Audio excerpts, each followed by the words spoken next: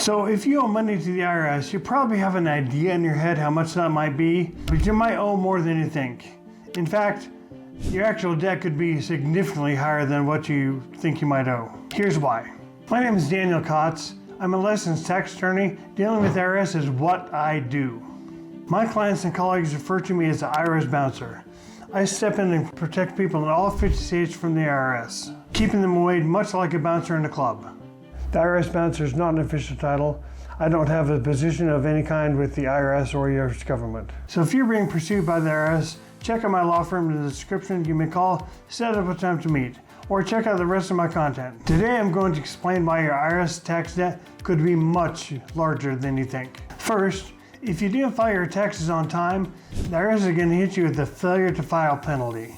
That's 5% per month on the tax due, capped at 25%, but it doesn't take long before your IRS debt really expands. Failure to file penalties are one of the easiest ways to have your tax debt increase dramatically. Never forget or fail to file. Then there's the failure to pay penalty.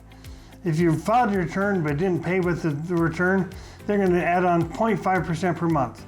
Again, up to 25%. Over time, these penalties and interest can easily turn a small debt into a financial disaster. Bottom line, be sure to pay it as soon as possible. Next, let's talk about substantially understating your income. If you understate your income by either 10% or $5,000, whichever is greater, the IRS is going to add a 20% substantial understatement penalty to your tax debt. Whether it's an honest mistake or not doesn't matter. Long story short, be honest with the IRS because they will always find out. Finally, if you didn't have enough withheld from your check or pay enough in the estimated taxes, you could be hit with an underpayment penalty. Many people think they're okay because they pay taxes throughout the year, but if you didn't pay enough, the IRS will come after you for the difference and add penalties and interest to that. Let's talk about a client I'm going to call Jim. Jim didn't file his 2018, 2019, 2020, or 21 taxes on time.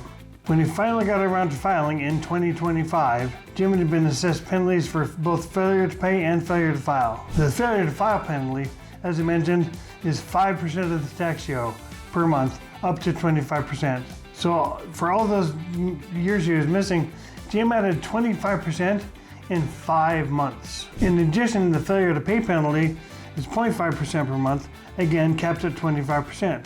And then there's this thing called interest. IRS charges interest on everything. They're going to charge it on the tax, they're going to charge it on the penalties, and they're going to charge interest on the interest. Jim's total tax bill had grown from roughly $150,000 to over $248,000 just from penalties and interest. The bottom line is tax debt grows fast, and the longer you ignore it, the worse it gets. If you're facing tax troubles, don't wait. Contact my office today.